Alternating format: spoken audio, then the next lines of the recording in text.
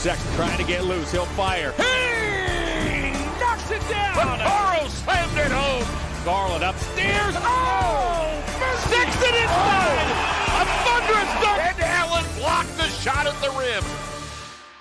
Welcome to the Chase Down Podcast, part of the Cavs Media family. I'm your host, Justin Rowan. Support for this podcast and the following message comes from Zoom. 500,000 businesses connect using Zoom, a single platform for phone, chat, workspaces, events, apps, and video. Zoom enables real-time collaboration for teams around the globe. Zoom, how the world connects. And connecting with me now live via Zoom is my co-host, Carter Rodriguez. Carter, how you doing, buddy? I'm doing well. We have the guy that has basically made the last month of podcast possible for our snobby, non-college basketball watching asses. And I am so very grateful that we have this guest on. But I'll let you go ahead and introduce him, Justin. I was going to say, if you want to just take the wheel, go ahead. Absolutely. Adam Spinella has been a favorite of ours because he gives us the good, thorough breakdowns of strengths and weaknesses. I try my best to not skip the weaknesses parts, even though I'm mostly trying to talk myself into all these prospects, but really appreciate your time. Thank you so much for coming on the podcast. Adam, how are you doing today? Gentlemen, I am so glad to be here. Thank you for having me and for the way too kind introduction here, but it's almost draft day. And this is such an exciting time, not just for all draft heads like myself, but I think for the Cavs organization, looking at really being able to add an important piece as they're building towards the future right here. I think the 14th pick is one where you can find really good value in this draft, and just looking forward to diving into some of the different prospects or moves that might be available for Cleveland here today. So before we jump into the content, I actually want you to plug your stuff right off the jump because it's awesome. You know, it became an immediate must sub for me on Substack. So go ahead and plug your stuff where people can find you now. So we don't want to miss any of those early turn off stragglers at the end. Go ahead and plug your stuff right now. Sure. So the box and one _ on Twitter is where we put all of our NBA draft and video content out there. Our YouTube channel is just my name, Adam Spinella, where we've got a ton of prospect breakdowns. I think last check, we're at about 73 draft prospects that are eligible in this cycle that have some scouting report videos out there. And then doing some mock drafts, some other intel pieces, team by team previews. And then on our Substack page, you can find that in all written content, as well as for a paid subscriber fee there. We do have some intel reports and other things available based on rumors we're hearing from around the league. I'd love to dive into kind of your process a little bit because I'm always curious. Every time we have a draft expert on, we kind of ask how you go about it and how you kind of weigh the different aspects of the job, because there's the player evaluations, there's the mock draft aspect, and then there's also the big boards.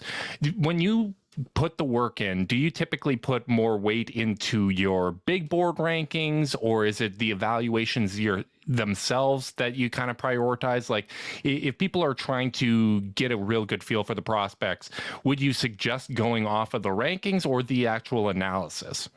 So for me, I try to construct my big board just around what I'm seeing and what I feel based on the film evaluations, not necessarily intel or mainstream kind of feedback there. So if there's a guy that I'm really not that high on, but I hear everyone else has him as a top 10 pick, he's going to fall pretty far down my overall big board. I always think that the film is really good for getting a baseline feel for a prospect, but a lot of times the big board rankings can help put it in the context for how other people might see them in comparison to each other. A lot of times the difficulty of what we do as draft scouts isn't in analyzing the strengths and improvement areas of a player. It's in trying to figure out how to value that next to everybody else who's involved in the draft class. So I think a little bit of both is always important, but at the end of the day, those big boards tend to be a really great resource at the end of the day because they're cumulative of every type of prospect that we've put together.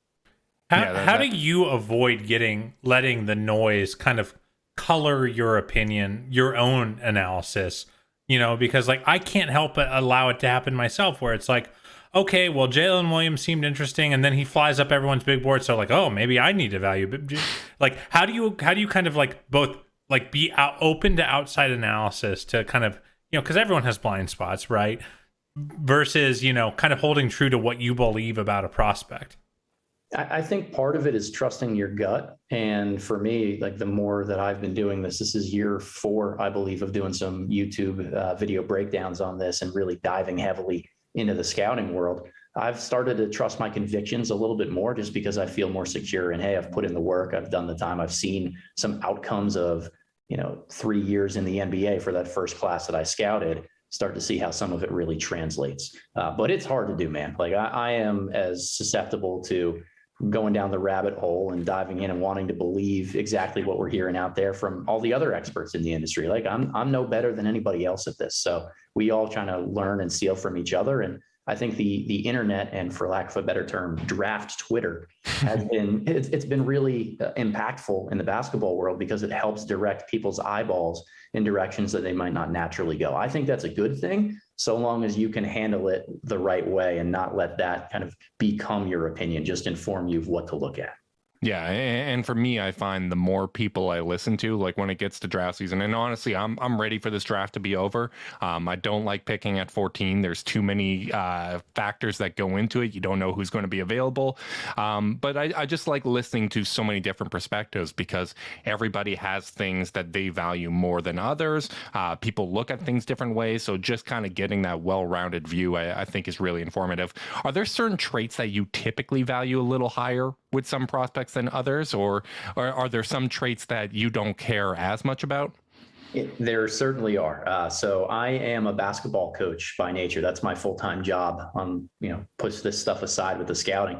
I'm a coach first and foremost, and I construct, our style of play in a way that I've been coached, the way that I think the game should be played. And it's hard to separate that from the scouting process. So I love shooting. I think that's the great kind of separator for a bunch of different prospects. If you have the ability to knock down the three, you can stick as a role player in this league in some fashion. It allows you to play through different mistakes. It allows you to really fill out rosters and create a career for yourselves. I think that a lot of times there are some smaller pet peeves that definitely bother me that show up on film. I think, turnovers are obviously a big one. Guys that have a really high turnover rate, guys that don't get to the free throw line a ton or live in the mid range. Like there are some small bugaboos that just aren't stylistically how I prefer the game of basketball to be played, that I try to be transparent enough in our evaluations to say, if you really are drawn to somebody who does these things, he's very good at it. It's just not my cup of tea. But I'm also okay when we do our scouting reports on these guys saying, like, if I'm the Cavs at 14, it's just not the type of player that I would draft. That's okay. That's for me to say, but that doesn't mean that he would be a bad pick if he ends up going there. I mean, this is a perfect launching point for the preview you did for the Central Division, which you did a breakdown for every team in the Central Division. You guys can check that out on YouTube. And you had 3 targets kind of picked out for the Cavs, and that was Johnny Davis, Ochai Agbaji, and Malachi Branham. It's funny because the noise surrounding the draft has kind of had Branham up and down. I've heard people say he's not going to make it out of the top 10, and now you're looking at a lot of mock drafts and he's there. Whether the Cavs are selecting him or not, he's on the board at that point. I feel like when it comes to Johnny Davis and Branham, I don't think there's any scenario. I'd be really, really surprised if they got to pick between those two. I feel like one might be there, not both. I would love it if both were there because that's just, a better position to be in. I wouldn't love it. It's too stressful. Well, to me, I would just go Johnny Davis in that scenario. Do you agree with that assessment? I do. I have Johnny Davis as a top 10 guy on my overall big board. Big fan of his competitiveness more than anything. The ability to knock down shots. We talked about shooting being something that I'm really attracted to. He played a really different type of style this year at Wisconsin. He was the lone wolf on their roster and had to take a lot of really difficult shots. He's not a blitzing fast athlete who puts a ton of pressure on the rim as a downhill attacker. So one of the things with Davis is he lives in the mid-range as a pull-up guy. And I know you heard me say a few seconds ago, I don't love guys that are high volume mid-range shooters, but I think if you change Davis's role, you play him off of a Darius Garland, be able to spot up around the pick and roll. He's a very good catch and shoot threat from 3. and somebody that at the very least, if he's run off the line, we know he can create for himself. He drills mid-range shots. He's a pretty good passer. So a lot to like there on the offensive end. But for me, Davis's best strength is actually his defense. He's super competitive, great trailing shooters around screens and blowing up options. When you're a high volume scorer in college, it's very easy to take a play or two off. I really appreciate about Davis that he didn't do that he fought every single possession, embraced the assignment of guarding the other team's best player, and was fantastic on that end of the floor, despite playing 30 minutes a night and having to score 20 in order for the Badgers to win. So I got to ask about Davis, because you talk about kind of believing in him as a catch and shoot 3-point shooter. The numbers aren't like awesome for him as a shooter. Do you think that's a byproduct of just kind of the role he was forced into at Wisconsin? I think so. I think, part of that is the other guys that he was playing around weren't credible threats to get all the way to the basket, that those guys are not collapsing defenses. So Davis has maybe a little bit less time to get his shot off on the perimeter, getting a little bit more of that extra attention off ball. I think he's going to be fine. I think shooting form is one of those things that if you have solid form, then the makes will eventually translate. There's nothing mechanically that I would change about Davis. So willing to buy into him. Again, Cam Reddish disagrees. There's always that is the prettiest bad shot I've ever seen. That's right. But I'm willing to buy into Davis for a lot of those intangibles, the defensive effort, and then knowing that if he scales back his offensive role just a little bit, I think he can find that efficiency. It's interesting. Sorry, Carter, to cut you off, but it's interesting given you saying that you like 3-point shooting. You have two mid-range assassins here in Johnny Davis and Malachi Branham. Branham obviously shot a lot better from three, but the pull-up numbers weren't necessarily there. Out of those two prospects, is there a guy that you feel more confident out of Davis and Branham that they'll be able to develop that pull-up three at a decent volume? From my limited vantage point here, I'd probably side with Davis. The biggest thing for me is the willingness to take them. Branham, it's not that he didn't make many pull-ups from three. It's that he didn't take many. I think he only took 9 on the year, if I'm remembering correctly off the top of my head, which for a high volume scorer in the Big Ten, that's a really low mark. I mean, he lived in the mid-range. I also think Davis is a little bit more violent of a creator with the ball in his hands, takes open space a little bit more cleanly, whereas Branham loves to have somebody on his shoulder that he's banging with. Again, stylistically, I'm a little bit more attracted to Davis's game, but I do think that his pull-up range is probably maybe a half step ahead of where Branham's is right now. Correct me if I'm wrong. The latest mock that you did, you had Branham still landing in Cleveland, and but he's not high on your big board. I think he was 26th or 27th. Do you think that the Cavs would be making a mistake taking Branham, or do you just think like, hey, I might not have him rated super high, but the fit is good enough that you see the upside in them making that kind of pick?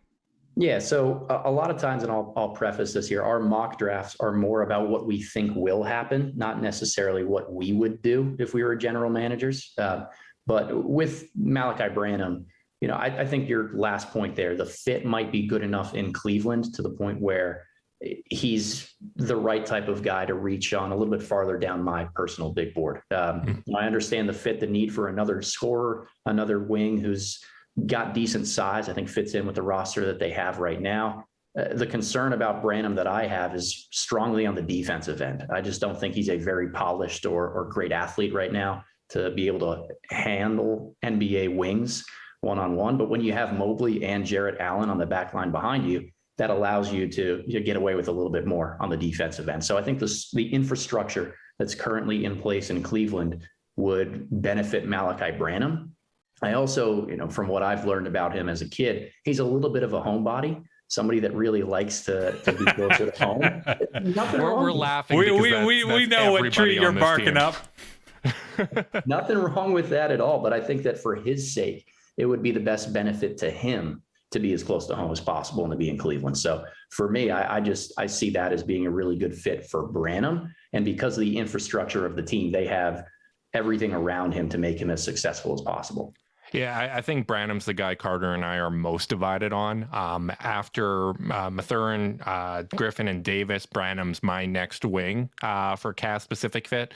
I know the 3-point volume wasn't great, but I just like how he's able to get to his spots, rise up. I think his passing's a little better than he gets credit for.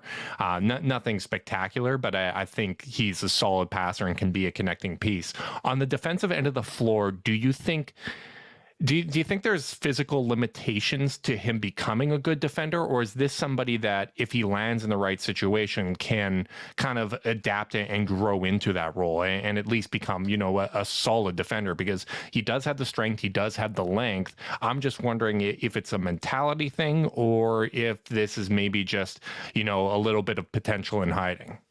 Yeah, so I don't know about you guys. When I played basketball and I was 19 or 18 years old, I was a horrible defender. So I think there's a little bit of youth that goes into this process. He definitely has some of those raw tools that you look at and say, okay, we can teach him to be pretty solid on that end of the floor. He is long. I think strong is the right word for him. I can see him guarding 3s and 4s a little bit more than guarding 2s and 3s. But at the end of the day, too, I think projecting defense for guys who aren't good at it is always a little bit risky, because it's not just about buy-in and effort, which are really important on the defensive end of the floor. There's an element of just fluidity and movement that goes into, avoiding screens on the perimeter, fitting through tight spaces, turning your body in a certain way that allows you to see and anticipate decisions from the weak side. So not to say that Branham can't get better, but I think that he's starting a little bit farther behind a bunch of his contemporaries at his age coming into this draft. So I want to ask you about him on the offensive side, because the defensive end, I'm kind of okay. The fact that he did measure pretty much exactly the same size as Agbaji, where I was like, oh, Agbaji's going to be the tougher, more able to go guard up kind of wing prospect. Whereas I'm like, well, if he gets his, if he can figure out the middle end, I think Branham does have the body to be able to do this. I'm worried about the offensive end because he doesn't pull up from 3. And, if you watch your scouting video, I think the part that made me the most troubled was how wide his driving angles tend to be.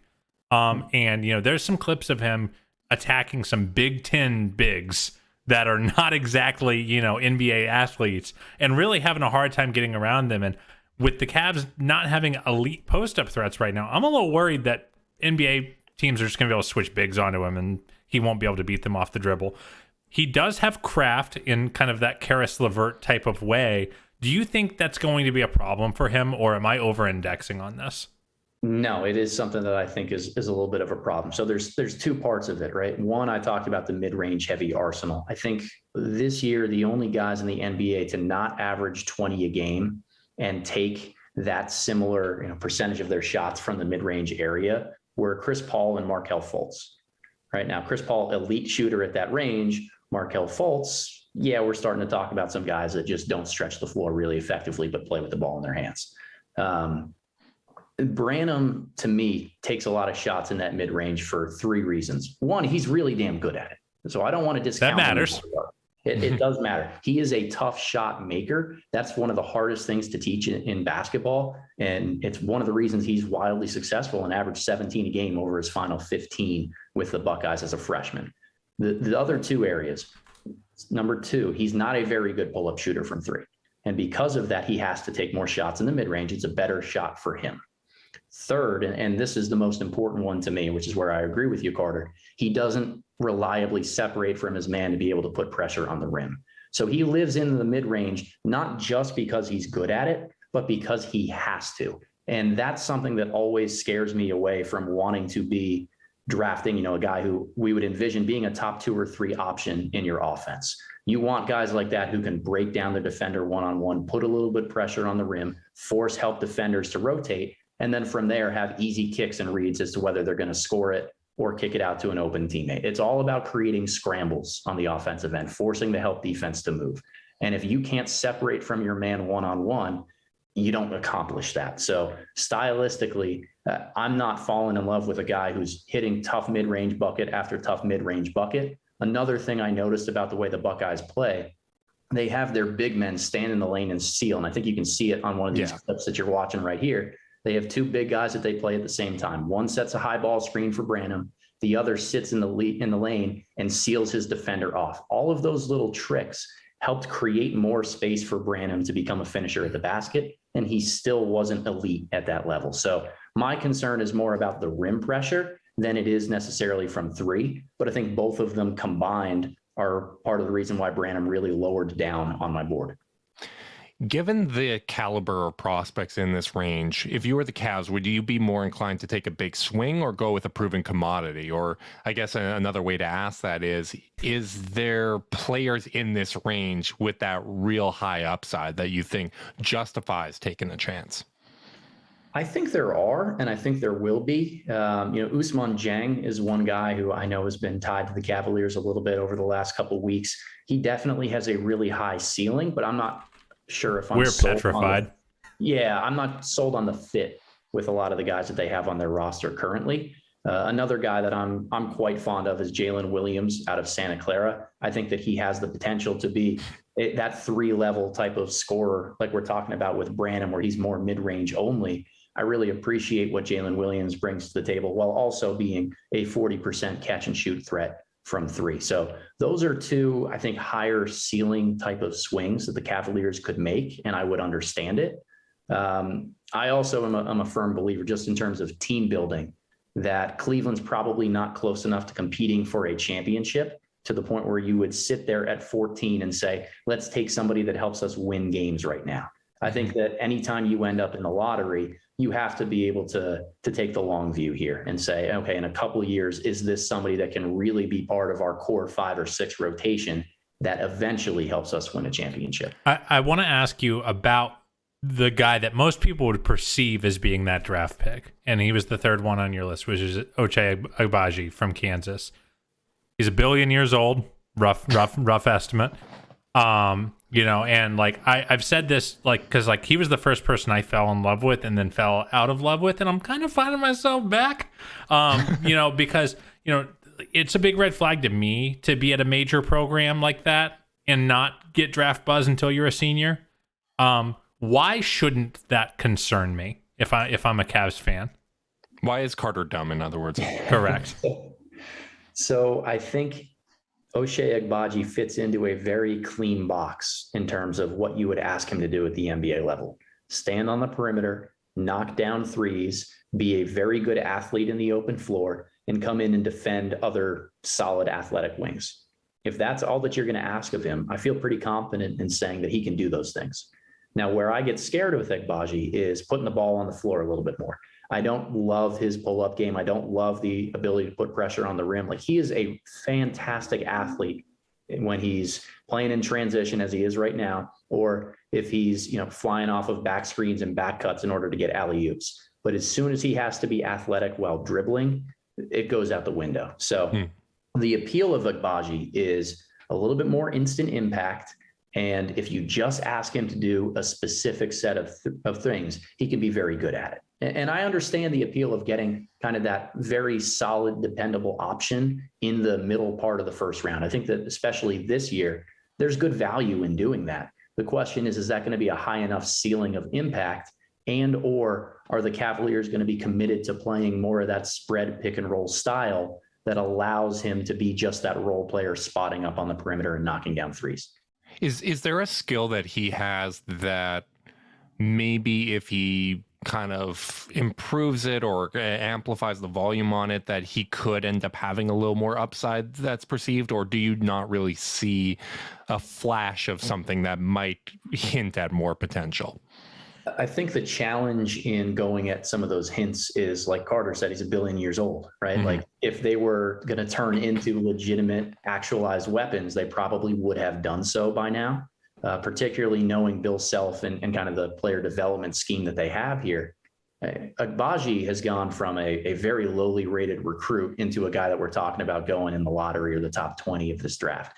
He has already improved his game so much, but in order to get him to this point, he's needed to keep his game simple. I probably think that that's a trend that continues at the next level. So I want to ask, like, I feel like prospects like this, everyone assumes a degree of safety that might not be there, because if the jumper isn't quite as good as it looks at Kansas, like he's Tony Snell, like a guy who can eat. I might have lost him.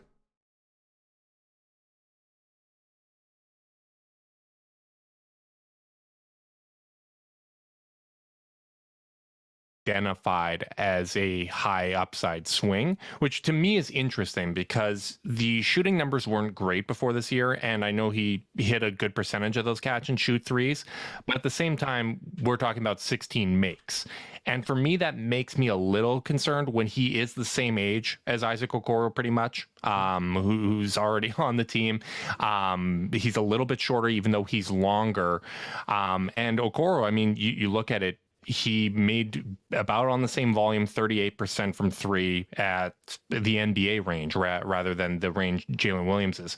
Are you confident in the jumper with Jalen Williams? And why do you feel like there's still a lot of upside there for someone that's 21 years old? Yeah, I am confident in Williams. So the first thing I'll say with him is the intangibles that I've heard from people that have worked with him, been around him, really, really check out. Hard worker, continuing to be in the gym and really getting better. He had a late growth spurt to grow into his body where it is right now. So he had a lot of point guard skills, and now he knows how to use them. I love his craft and handling ability, like just a really, really skilled player for his size.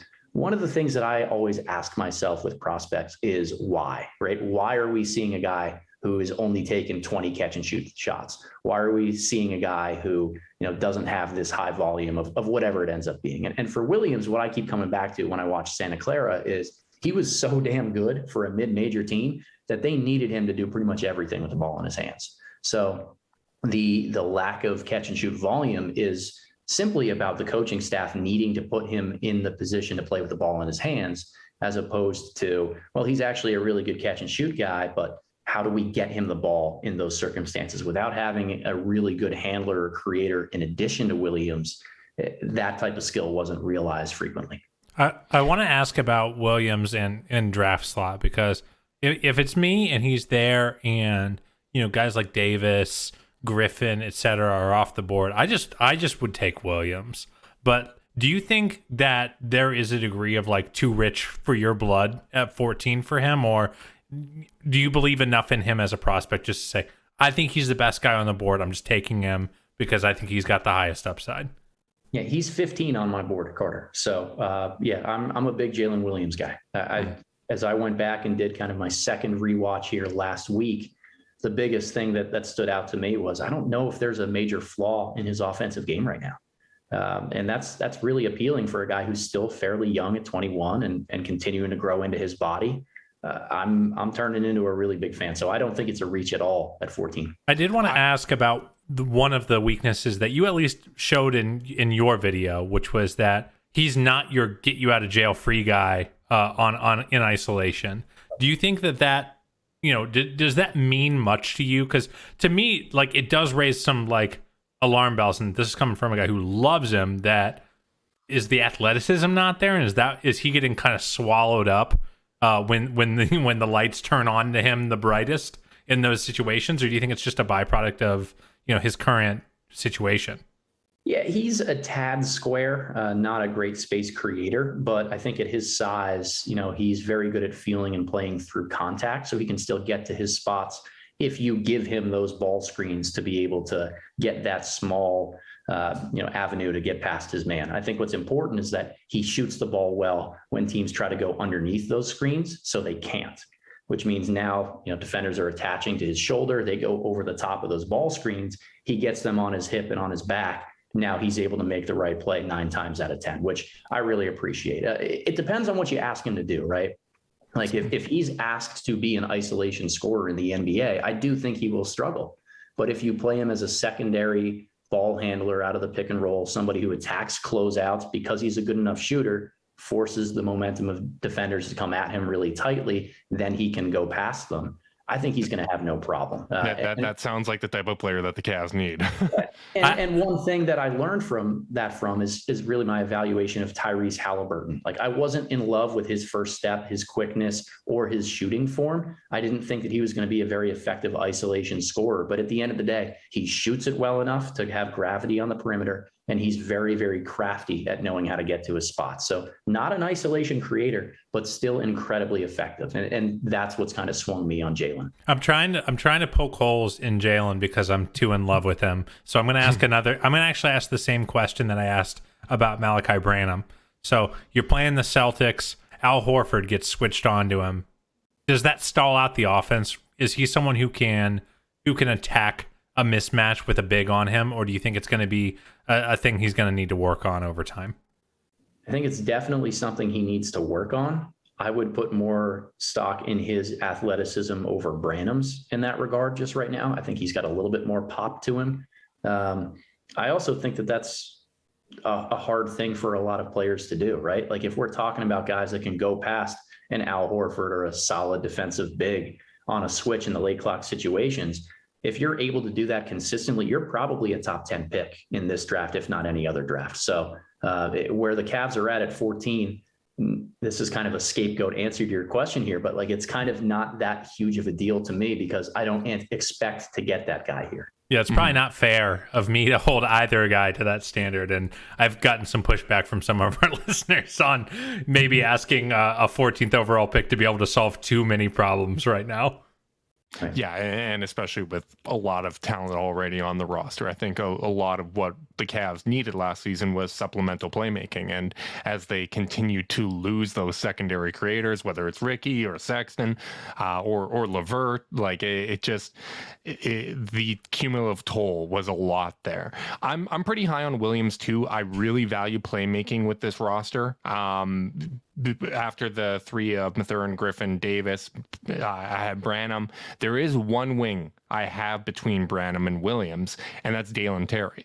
And the reason why I have Terry a little bit higher than Williams is I think the passing vision is at a really, really high level. And if he was asked to do a lot of that initiation and that pick and roll playmaking, I think that's something he can do.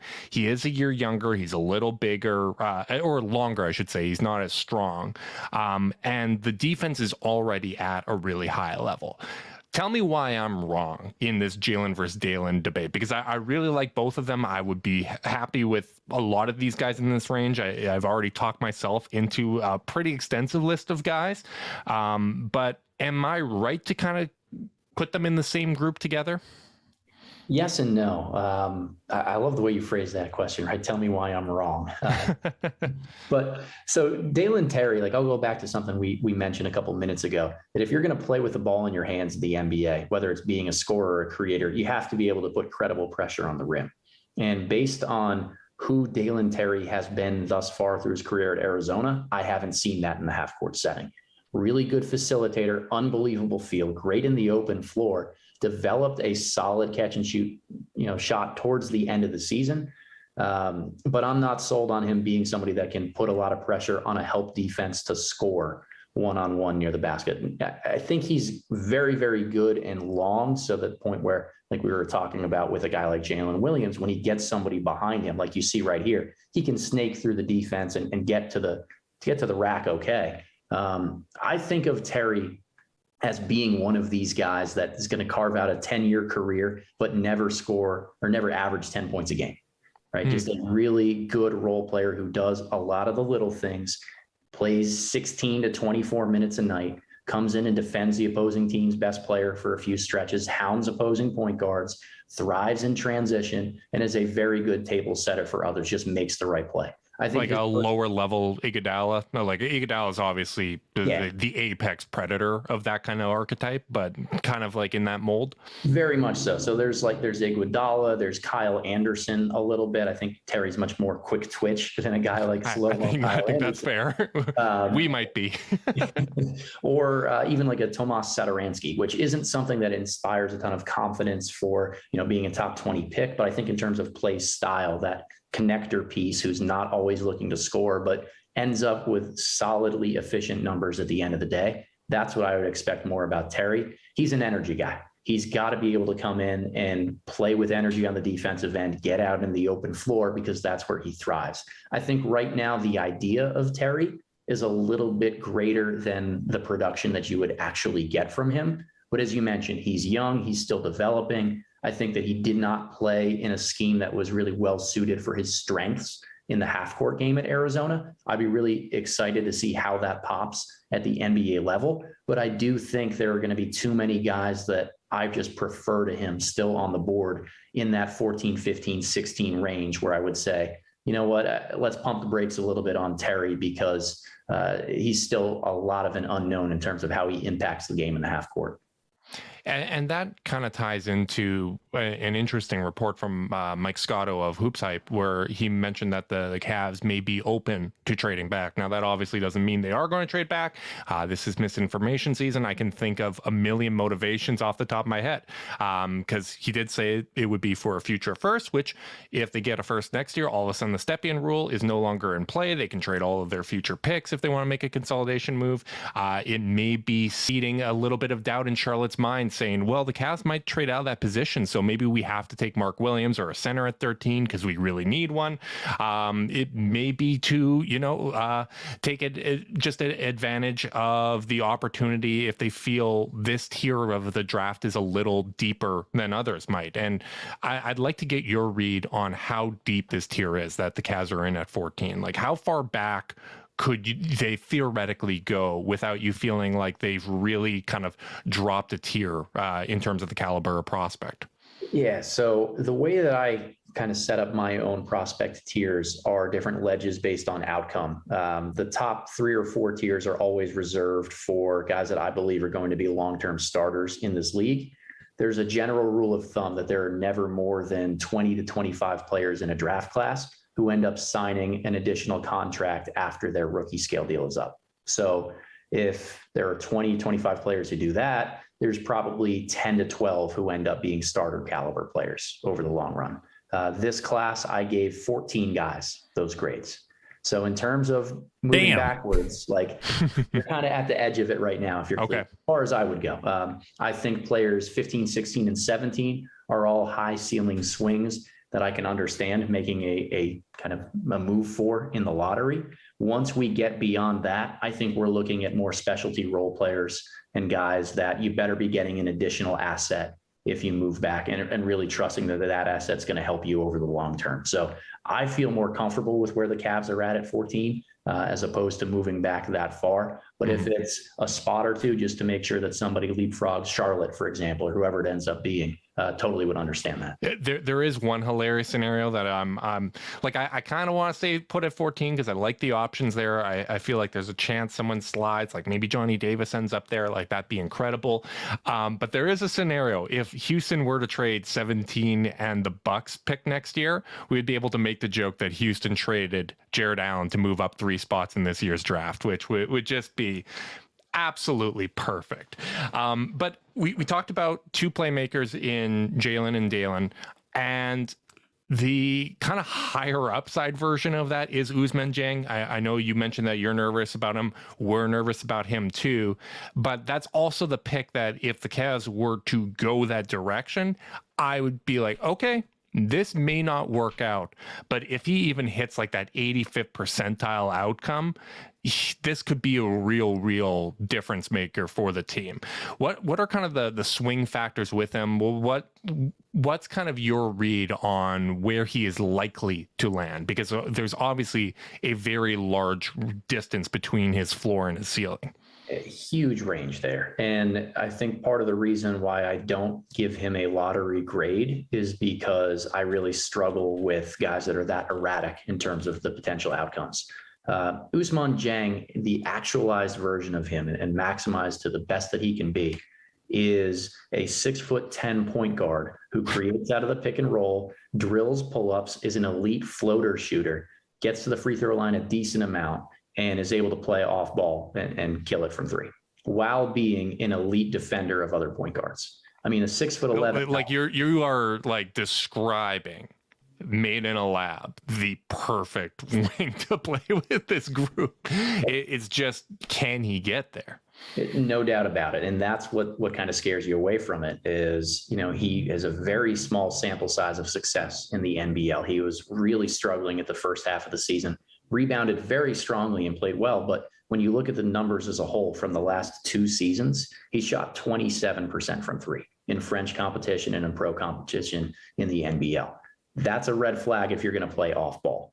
I always say that if you don't shoot it well, you better be really damn good at what you do with the ball in your hands. And the thing with Jang, he has some upside to be a pretty good one-on-one scorer, but he doesn't put a ton of pressure on the rim either. He is much more of a floater, a mid-range pull-up type of guy, kind of shies away from contact on the offensive end. I think that can change with age, maturity, and physical growth, but his game is a lot more finesse than it is power or athleticism. So I look at him and I don't see him as this incredibly toolsy athlete who's 6'11". I see him as a really hyper-sized guard who knows how to use his length to his advantage, but probably needs to play with the ball in his hands a fair amount at the next level. I think the Cavs could probably benefit from having another point wing, so to speak, another facilitator, like you mentioned, Justin, a little bit more passing to this team to be able to get that with defensive length that can guard multiple positions. I understand why that checks boxes in theory for the Cavaliers organization, but anybody who falls in love with the highlights of Jang has to be very, very careful because he's a long ways away from reaching that type of impact. And again, I can understand swinging for the fences with where you're at 14. This is probably the last time the Cavs are going to have a pick this high for the next couple of seasons, but just be very careful about buying into him too quickly, hook, line, and sinker with the offense. Trust me, we are plenty appropriately scared, Adam. I do want to ask about a different kind of swing. A player in AJ Griffin, who at the beginning of the year, I don't think anyone would have thought would have been close to 14. But the health concerns, looks like maybe he lost a little bit off the top athletically after his injuries. Do you think he's someone who, it's a bit of a two-part question. Do you think he's someone who is likely to drop to 14? And are the Cavs the right team to take a swing? Is 14 the lowest he should go if he lands there? So I think 14 would be a reasonable spot for the Cavaliers to take a swing on him. I have him, I think, 16th on my board. I can understand anything from 12 onward for making a decent amount of sense for a guy like AJ Griffin. I am mortified of taking AJ Griffin. It's not something that I would. Really? Yeah. I am out on the defense. I think losing 2 years of his teenage years, as well as losing a lot of athleticism, has zapped him on that end of the floor. And he's very far behind developmentally in terms of rotations, understanding, all of those things. Now he's got the potential to be an absolutely elite shooter. If he regains 10% of his athleticism, he can put pressure on the rim and be a really good scorer in the half court. And at the end of the day, if you're Cleveland, you have the defensive infrastructure to blanket him with all of the rim protection that they have behind. So I would understand for a lot of these guys like Branham or AJ Griffin, who I have defensive concerns about, why Cleveland is the optimal landing spot for somebody like them. I would be fine with the Cavs taking a swing on them there at 14. I want to ask, that is just potential in hiding. My goodness. I do want to ask about the defense because obviously his dad was an elite defensive specialist. And, I feel like I found that a lot of these guys at Duke don't look good on tape defensively, especially on the wing. Like we were talking in our Discord with our listeners about how bad Tatum looked on defense at times when he was at Duke, and now he's one of the best defending elite wings in the league. Do you think there's any chance that there's just like maybe it's some infrastructure at college, or do you think it's like he has legit physical limitations that are preventing him from playing good defense? Come for Coach K, attack him. No, I love Coach K. That's an unpopular opinion, but I'm a big Duke guy. So there's always a chance, Carter. There's always a chance that somebody turns into a much better prospect player than any of us could really foresee during this time. But there are two pieces of evidence that I continue to fall back on that talk me out of wanting to be the guy to make the risk and say, okay, I think he can figure it out. The first is the square movements that he has. I think he's very, very blocky It reminds me a lot of kind of a lacrosse player, somebody who has very square movements and how they move around the floor. I think that prevents him from having a natural position to guard. He's very, very strong and might be able to do well against those bigger bodied mismatch post wings. But I'd say there's probably 2, 3, or 4 of those guys that you're going to end up facing a year. Don't love his hips. Don't think he has very quick feet. So a lot of the mechanical things that I saw were reasons to believe that Griffin's just a lot farther away from turning into a good defender. The other part of data that I lean back on, and which pushes back on your argument about Duke guys specifically, is that Coach K even took him off the floor in crunch time minutes and didn't want him on there defensively. Against teams like Virginia Tech and Syracuse, and you might see it in the video that's up here, they ended up putting him as a face guard option against those smaller, non-athletic shooters. Not because Griffin is so good at chasing them around screens, but because he was a very bad help defender, to the point where the best way to maximize him is for no one to depend on him giving help. It's just to say, why don't you go out there and face guard this guy, take him out of the equation, and we'll play 4-on-4 elsewhere and try to win without you.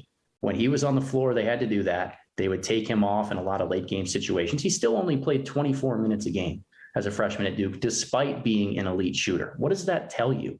If a guy has such an unbelievable offensive efficiency and arsenal, yet he can't be on the floor in those closing moments and is not playing a majority of the game, that's a worry for me.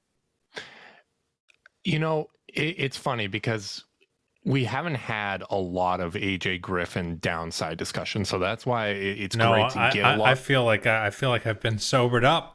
No, I'm still in. Like, give me that shooting. The Cavs need it.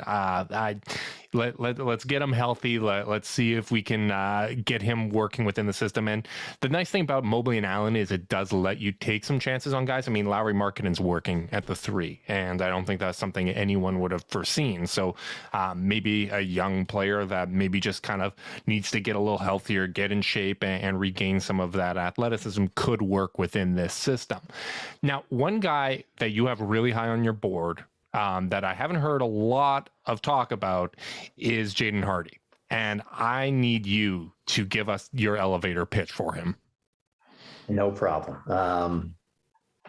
I don't think people realize how hard it is to be 18 years old and be given the keys to a pro offense when you're playing against pro level competition. And at 18 years old, that's what Jaden Hardy got this year. He was asked to be the #1 creator for the G League Ignite, and he was surrounded by really poor shooters. A lot of who he is as a prospect, he's a tough shot maker who isn't an elite athlete, but when you think about, the context that non-elite athletes need to play in order to be a really good scorer, you got to surround them with shooting.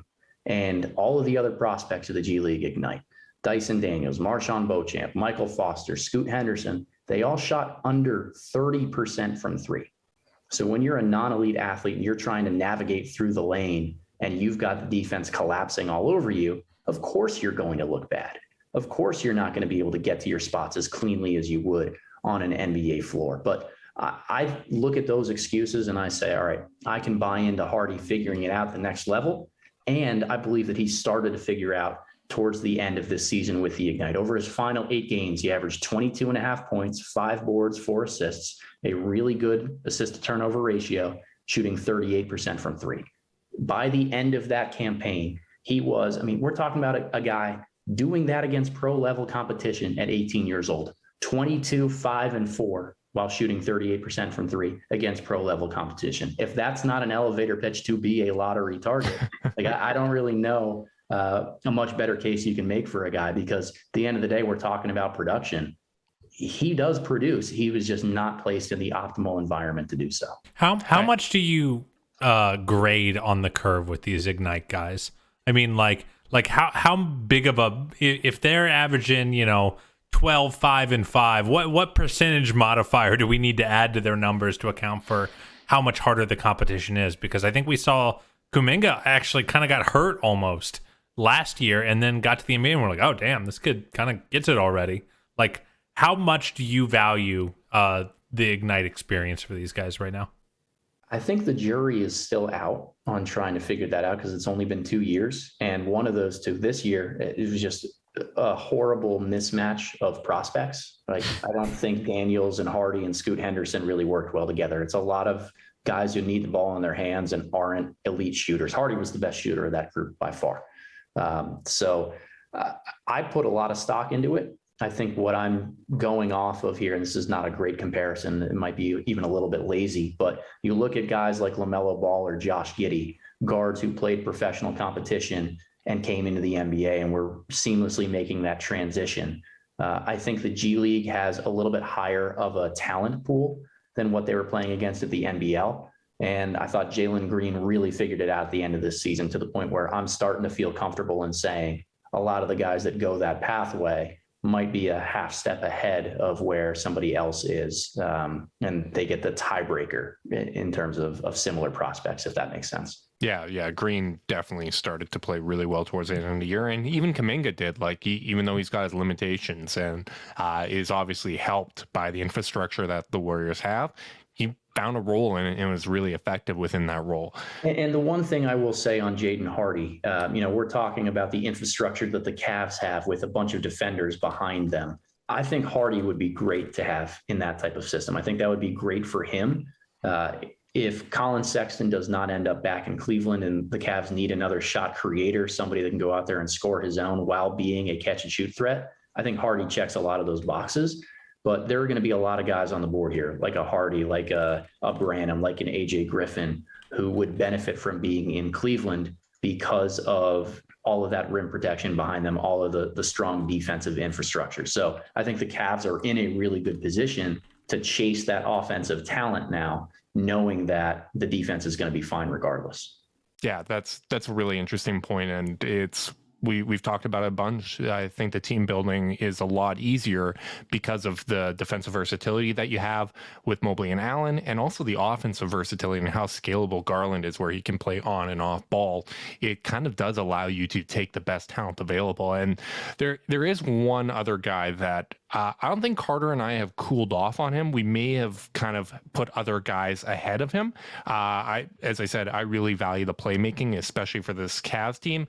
This guy doesn't necessarily fill that need, but he necessarily does not fill that need. In fact, he does not fill that need. But when we were pining over the possibility or like the concept of Jeremy Grant with this team, all of a sudden, this younger version of Jeremy Grant emerged with Tari Eason.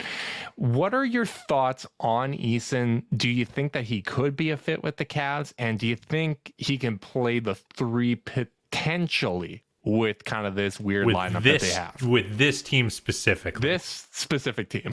Well, if Lauri Markkanen can play the three, I think Tari Eason probably can. Look, it's about offense, right? Eason's a tremendous defender, really, really versatile, applies a ton of pressure on the perimeter, great in the open floor. I don't trust his shooting. I don't trust his offhand. There are a lot of statistics that you can go digging for out there. And I found a couple on Eason when I was going through the process. Like, his production per minute is on par with a guy like Joel Embiid. Like, he is a freak in terms of how many points he scores, his rebounds, just living at the free throw line. Like, he does so many things well and just produces on the offensive end. He also, for his high of a usage as he got, has the lowest assist rate of anybody that would have been drafted in the first round in 15 years. Wow. So if we're talking about that feel and guys that are going to be able to create for others, like, Eason is not that guy. I would feel a lot more comfortable in buying into him as a toolsy defender who can put pressure on the rim. Again, this is the theme of the podcast for me. If he can knock down shots from three. And I see a wild in-season swing where he was, barely above 20% for the first half of the year, and then up above 50 in the final half of the year. I don't know But how. what I hear is up above 50. That's clearly the player that he is. Because if you're talking about how Lowry is able to play the three, I think it's the recognition that they needed the spacing, right? Like, and with Kevin Love being better than expected, it kind of made JB Bickerstaff get creative with the lineups and usage. You go from Lowry Markkinen, and we saw this all year, to even a guy like Dean Wade, who's capable of knocking down shots but doesn't necessarily have that gravity. The offense doesn't work as well. So that's the biggest question for me is how broken is Tari's jumper, and can it come along? Because the Cavs do have a track record of improving jump shots and developing that aspect of games, but that doesn't necessarily mean it's going to work for everybody, or be able, even if he is able to hit at a good percentage, doesn't mean it's scalable enough to get the volume up. Yeah, and I think this is the time with the way the Cavaliers roster is constructed to make that swing on somebody who has a higher ceiling offensively, somebody who you trust more on that end of the floor, as opposed to adding another toolsy defender who may be able to figure it out on the offensive end. I want to ask about feel with Eason, because that nebulous word, it keeps popping up as he goes through the workout circuit, which is, hey, we love him, seems like a freak athlete, feel is meh. Do you think that extends to hit the defensive end? Because obviously he is a stock superstar. Like, the guy gets steals and blocks like nobody's business. Do you think he's the kind of guy who at the NBA level will kind of find himself out of position a lot, or do you think the feel mostly applies to his lack of offhand? He's not an ambi turner. It's my favorite Zoolander reference for him. Do you think it's an offensive problem or a defensive problem for him, or all in? Yeah, I mean, it's much more of an offensive problem than it is a defensive problem. I think on the defensive end of the floor, like, I learned this lesson coaching a couple of years ago. There's a really good player that we had who was a maniac on the defensive end of the floor and just produced, but you couldn't rely on him to make a great help rotation. At some point, like, why would you ask the road runner to drive 20 miles an hour down a highway, right? Like, you just got to let the guy go. And that's the thing with Tari Eason. Like, if he's going to be really effective on the defensive end in the NBA, he has to play on instinct. He has to be able to gamble on the perimeter and make those decisions. Yeah, he's going to miss on a few, but he's also going to go out there and get you 2 to 3 transition points a game.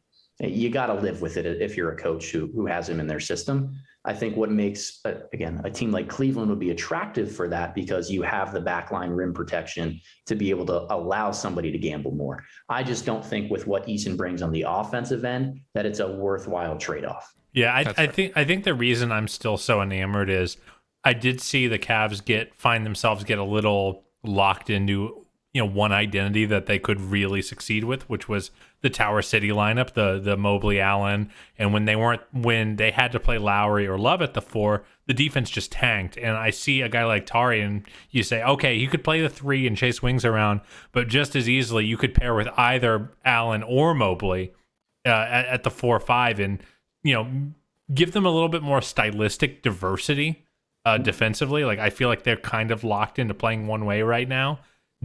But you just feel like the offense it's just, there's just better prospects on the board for them. Yeah, I really believe in Darius Garland. I am a huge Darius Garland fan. So you have come to the right place. So Carter has finally come along. I think he might still be holding out a little bit. Unbelievable. Sure. No, I'm not. Welcome, Carter. But thanks. Huge fan, and I would want to surround him with as many shooters as you can in the pick and roll, particularly if you're playing 2 bigs, because that changes the spacing of the floor and the gravity that you need. Allen and Mobley, like, I think Mobley's going to be okay as a shooter. I still think that if you have those 2 and another questionable shooter on the floor at the same time, you're just a spacing nebulous. Like, it's not very good. So I would want to address that first on the offensive end before going after that kind of bench role player 4 for the lineups when Mobley and Allen aren't sharing the floor. So I do want to talk about a couple second round prospects, because the Cavs do have 2 picks in the second. But before I get there, I have one sneaky little question for you, because the guy that often gets mentioned in the elite defenders of this draft, along with Eason, is a guy named Jeremy Sohan. I was hoping that's where you were going. Now, Sohan provides all the upside defensively, a little bit more contained, a little bit smarter. He also can't really shoot right now. And he also doesn't have a ton of wiggle off the bounce. is he worth it to you? Even though he's a similar, less chaotic archetype? Yeah, not to lead your answer, but I absolutely love Sohan. Yeah, I'm a big Sohan fan. Have him with a lottery grade. I think he's a better prospect than Eason. He's not the type of fit that I would want with this Cavaliers roster right now. Again, I still heartbreaking. Yeah, I still go with the offensive production right now and adding a little bit more floor spacing over kind of, really adding to the strength of the defense with where it's at right now. That makes sense. Let's move into the second round. Cavs have one near the top of the first round, one near the end of the second round, and one near the top of the second round, one near the end of the second round.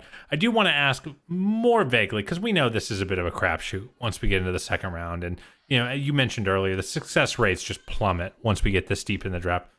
Who are a couple players that are probably going to get picked in the second that you're like, what are people talking about? This is a first round talent.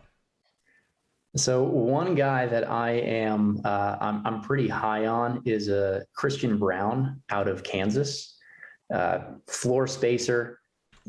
I hate the term 3-and-D because I think it's way overused in today's game, but can be a little bit of that 3-and-D type of player. I think he gets up and frustrates a lot of his opponents when he's defending them, can guard 1s, 2s, and 3s at the NBA level, 40% catch and shoot, really good athlete in the open floor.